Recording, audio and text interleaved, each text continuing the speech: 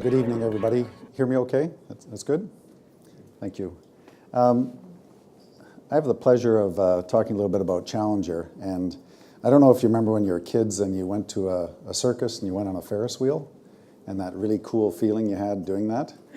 Well, I've got the opportunity now to manage and run a giant observation wheel company. So within a few short years, I'm going to be able to go to places like the New York Wheel, take a ride on it because we're VIPs owning a part of it, and I'm going to get to ride on it. And I can't think of anything cooler than riding on something that's 630 feet tall.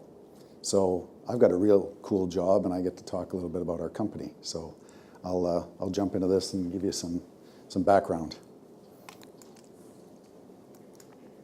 Except for that. My background, I'm a chartered accountant from Calgary. I'm an old Price Waterhouse guy. I was there for 7 years, and then I moved on, and I like building and growing public companies. This is my 6th one. I've had the good fortune, 3 of them have been built up rather nicely. They've had revenues in excess of 100 million. 2 of them have had an enterprise value in excess of $1 billion, and my wife's a shareholder of 2 of them. I'm a shareholder still of 1 of them, so we're happy campers. And with Challenger, this is my 6th one, and I hope to build it over a multi-year timeline into a very large and scalable company. John Lepoidovin, he's our non-executive chairman. Really pleased to have him. He joined us in January of last year as a consultant.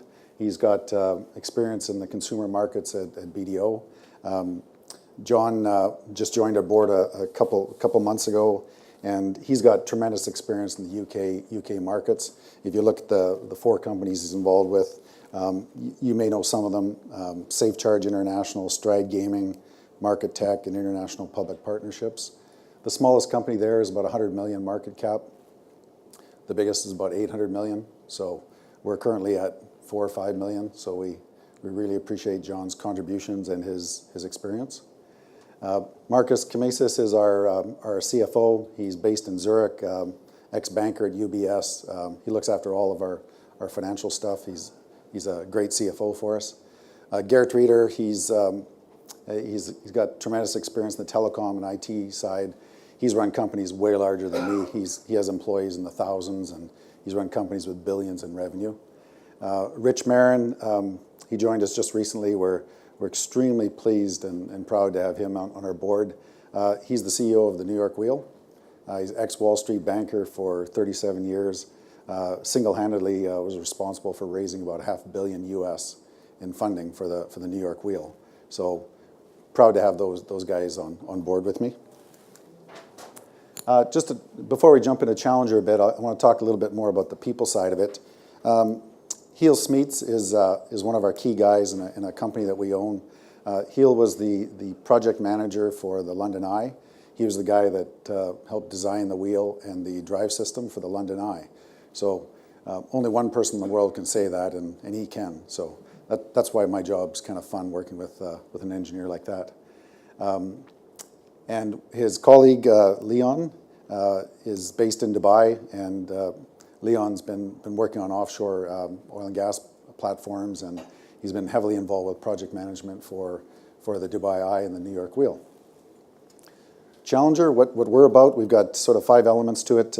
We're through our Starneth acquisition, which was Heel's company. We're really the leader in the design and engineering of giant observation wheels. There's a nice distinction between that and Ferris wheels. Ferris wheels are, the tall circular things that they hang by gravity. The giant observation wheels are like the London Eye, where they've got enclosed capsules. They're mechanically driven individually, and they're obviously a lot more expensive. So we've got the leader in that sector. We've got a pipeline right now of about 25 opportunities. These are cities around the world that are looking at building one of these giant observation wheels. And we've got a 3% stake in the New York Wheel project. It's a $500 million US entertainment complex that's under construction. So those are kind of the three elements that we have. Where we're going with Challenger is ultimately what we want to do is get stakes like the New York wheel. We really want to end up with a portfolio of equity stakes in various wheels. And to do that, what we've done is combine the expertise from Starneth, which is star like the circle and neth for Netherlands, because heel is Dutch. We want to combine their technical expertise with the public company platform. That's the LSE vehicle. That's where Challenger came from. The giant observation wheel, we have to thank the London Eye for it. When we first looked at it, the numbers kind of blew us away. If you look at 2010, which is kind of the last set of numbers, they kind of increase each year, and the margins are phenomenal. So that's what really attracted us to look at it. Then the opportunity to work with Heel Smeets and the Starneth team, that kind of sealed the deal for us to get a public vehicle going. To be a successful giant observation wheel, you need three things. You really need the right location. So the London Eye certainly has that. You need the right foot traffic. It certainly has that. And you also need the right marketing strategies to continue to drive traffic to those sites. Again, it scores excellently on all those fronts. That's why that temporary structure is now 16 years old and continues to drive 3.5 million people through that facility. It's amazing. But it's helped set up a sector for us. Our Starneth team has worked on 4 of the 6 projects here. We talked a little bit about Heel and the London Eye, the Singapore Flyer. They did some initial work on the development of it. Then the developer wanted to hand it over to a local team, so they did that. There's been 0 involvement here. This one was problematic. It just became operational last year.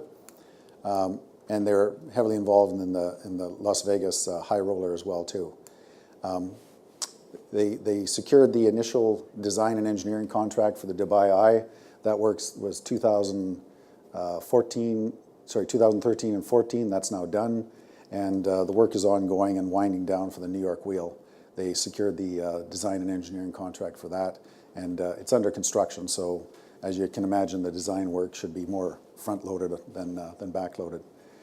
So Heel and his team at Starneth, which we own 100%, they've been heavily involved with 4 of the 6, and that's why they're known as the go-to guys in the industry. Our business model is relatively simple. Heel and his team identified approximately 72 cities in the world. Heel's visited about half of those. These are local developers that came to London, looked at the London Eye, said, wow, we need that for our city. We'd really like to have it. So they've started to put together the development teams locally, and it's about a 2 to 5 year process. So it takes a lot of time. They have to secure the site. They have to get government approvals. There's a political support. There's the environmental issues. There's social issues. They have to organize all that. Then it comes to the Starneth piece, where the potential to build a wheel comes in.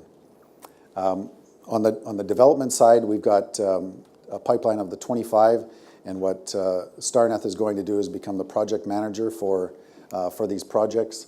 And these projects typically are in the £100 million range, $100 million, euros, whatever it is. It tends to be 100 million plus for each of these projects. And Starneth will be the project manager for the whole project. So design the wheel, engineer the wheel, and project manage the construction side of it. So that cost those revenues will flow through the public company over a 2 to 3 year period during the build time. And we also have on select opportunities here, Challenger has the opportunity to invest in some of these giant observation wheels, just like we did with New York wheel. If the project has an internal rate of return of 25% or higher, New York's got about 31 or 32. We'll take a shot at investing in it, and that helps develop our strategy of owning a stake in the giant observation wheels. So the key for us, again, is to look at the prospects, screen them, apply the commercial filters, make sure everything's going to work, and then Starneth has a shot at project managing them. And then some of those select projects we'll take an equity stake in. Our goal is to announce at least one of those major projects commencing each year. We've announced one already. They're just lining up their financing for it. But in that pipeline of the 25 projects, we're very, very confident to announce at least one major project each year and continue that on for the next 5 to 10 years. We won't build all 25 of those. Some will come, some will go. but there'll be some very familiar cities that people are aware of, and there'll be a few little surprises too. But we're really confident with the build-up and the demand and the success of the London Eye and the Singapore Flyer and the Las Vegas High Roller. That's why we believe the pipeline's going to get pretty active here. Starneth is split up into 4 regions. The one we think is going to be most active is the Southeast Asia region. We've got a Singapore office. We've announced a $94 million US Jakarta contract to project manage it. They're busy just securing the financing for it. So we hope that comes sooner as opposed to later. So that's ongoing. That'll be our first major project that we'll announce for this year. And there's other projects that are ongoing and in the discussion stage in Southeast Asia. It's going to be a really active area in the next 5 to 10 years. The Middle East, pretty sure we're not going to have an opportunity to invest in there. Most of those projects are fully funded on their own, but there's one really active project there that we hope to make some noise on this year. In Europe, there's several opportunities to be project manager on a couple projects, plus take equity stakes, significant equity stakes in a couple of European projects. And of course, in America, there's one that's there's active negotiations right now for one of the project management deals there. So of the 25 projects, they're spread out globally, but we're trying to manage them through the 4 different regions with people in different regions. We've got Florida office, we've got an Enschede, Netherlands office to look after Europe, and our Dubai office, of course, looks after the Middle East.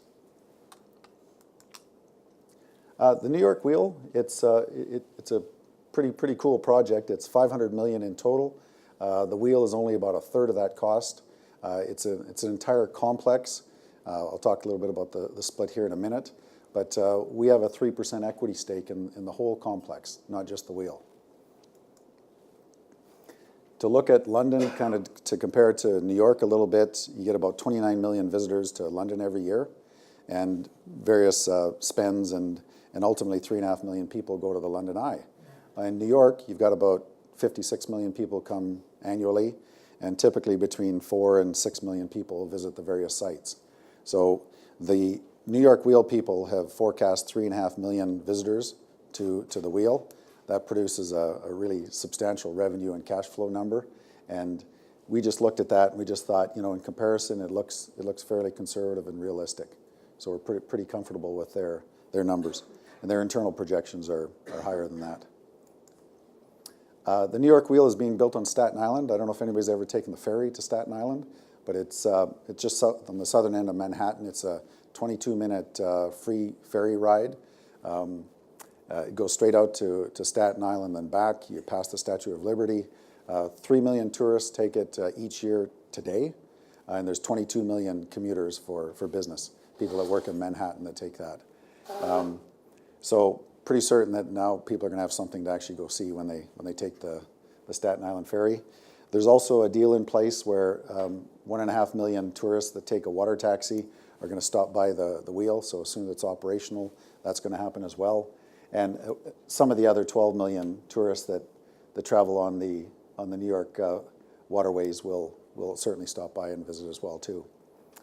Another major development there, we think Staten Island is going to be very, very active. It's kind of the next active and popular borough.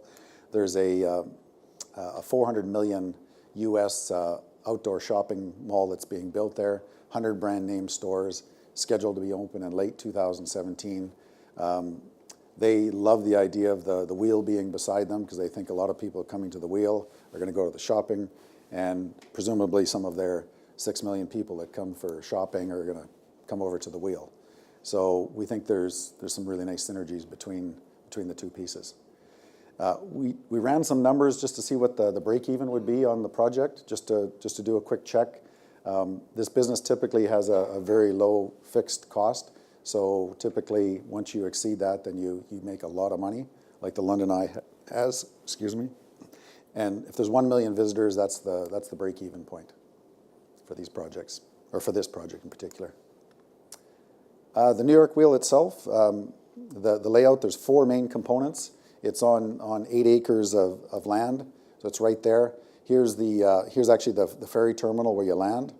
Here's where the Empire Outlets, the outdoor shopping mall, is going to be on 6 acres. Here's the Staten Island Yankees. It's a farm team that's been there forever. And here's our 8 acres of space for the New York Wheel. The wheel itself is only going to take up about half an acre of footprint. And the second major component is a 68,000 square foot terminal building.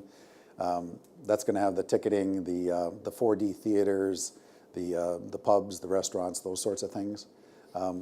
There's an approximate 1,000 vehicle parking garage that has to be built to accommodate some vehicles. That's almost complete.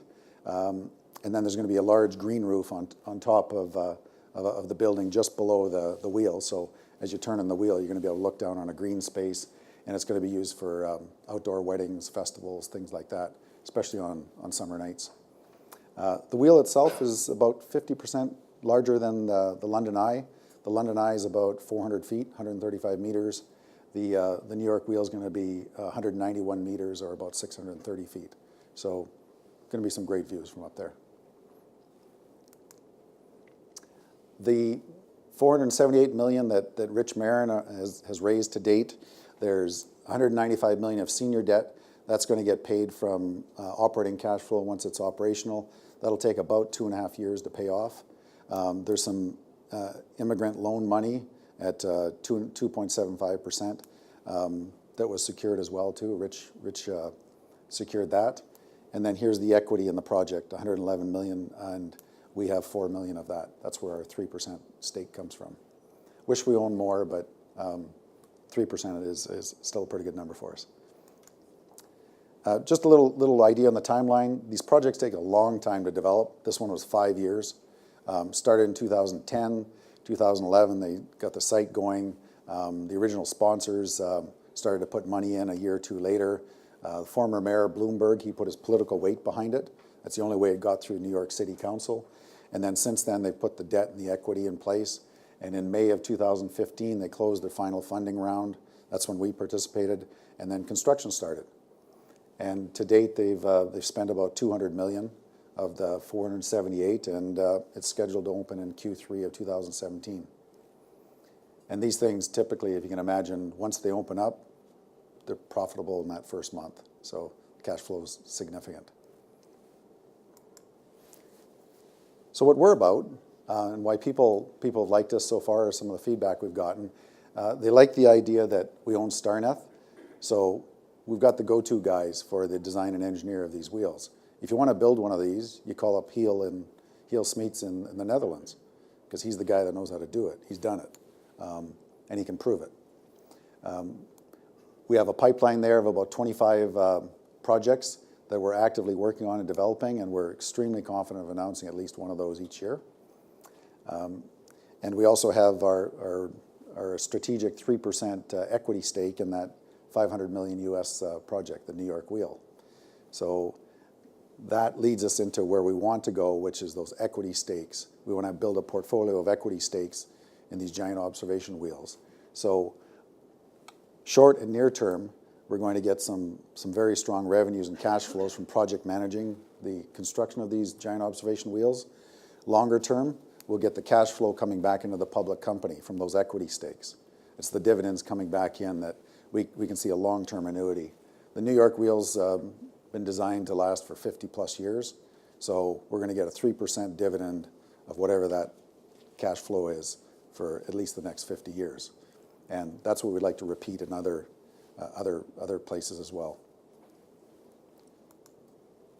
Just a quick bit of corporate information. We just got listed last year, February 19th. We did our announcement on the investment in the New York Wheel in May 2015. That's when they closed their funding and construction started. We also announced the letter of intent with Starneth to acquire them then. We closed the deal with Starneth in July. We finally got readmitted in December 8th, so our shareholders were very, very patient with us. We were suspended from May 26th to December 8th, so thank you for being patient again. And then at the end of January, we had a chance to increase our stake just a tiny bit more in the New York Wheel, so we did that. So now we're into delivering on the projects and starting to build out the business model and demonstrate that. We've got about 13.5 million shares out. We're trading in the low 30s, 30p or so, 33p.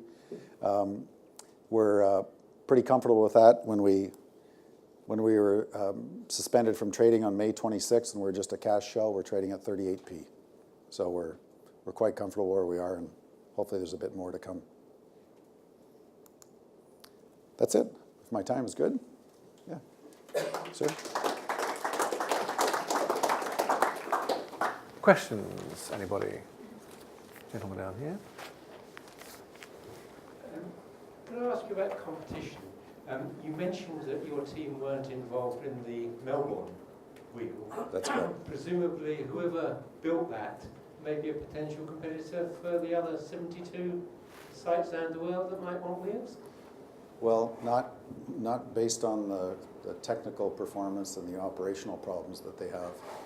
It's actually, you know, you don't want to talk too much about things that haven't worked, but they did a really bad job. So we're not concerned about them whatsoever. Right today, we don't have any existing competition, which sounds kind of strange, but I'm sure over time there's going to be competition from some engineering companies that may want to participate directly in this subsector, and there may be some other people that want to jump into it. But right today, we don't see competition. Sorry. Any other questions? Well, I've got some. You didn't really touch on any of the financials. You made the acquisition of Starneth. Can you perhaps explain cash flow-wise? Is it a profitable business? Is it going to generate cash? Or will you have to go to the market to find further cash? What's the plans? Sure. We bought them for a 6 times normalized EBITDA multiple. So we paid 7.2 million euros, and we split that up really into 3 components. So a cash component up front, and then 2 more tranches, 12 and 24 months out, 1.25 million euros each. And we also gave them a 1.1 million shares of Challenger on closing, and there's 2 more tranches due as well. So there's a bit of a theme here. It's been split into three pieces, and they've got a 3-year earnout as well. So any earnings from Starneth, any EBITDA in excess of that 1.2 million threshold, they'll get 30% of that over the next 3 years in Challenger stock at 75p. So they're really looking forward to a lot of shares from Challenger from the earnout. That's a significant driver for them. But they're cash positive themselves, so will you become cash positive as a business? As soon as we get the first project nailed and started, that's the Jakarta deal, that's when we immediately turn cash positive. And then will you have to raise further cash to pay the owners of Starneth the balances of their purchase price? Yeah, and we'll be doing capital raises as well. But we'll certainly be doing it for some of these equity stakes that we want to get active and involved in. I wish we owned more of the New York wheel. It would be that would drive a lot of value for our shareholders. And ultimately, what we want to do is do the capital raises to do these strategic investments, make sure Starneth is fully secured and moving forward, and it really sets us up for hopefully the midterm and long term. And can you do a swap equity for some consultancy work for some of the wheels you might be working on? We can, and those are being actively discussed, and it helps that some of the equity positions that we're talking about on these contracts, because we're the only firm that can really do it at this point. That's an active part of the discussion. So pretty sure we're going to have minority stakes in certain projects that we're allowed to have stakes in. So it could be a mix and match option. It will be, yes. Has anybody else got any questions? No? Thank you very much. Thank you very much indeed. Thank you.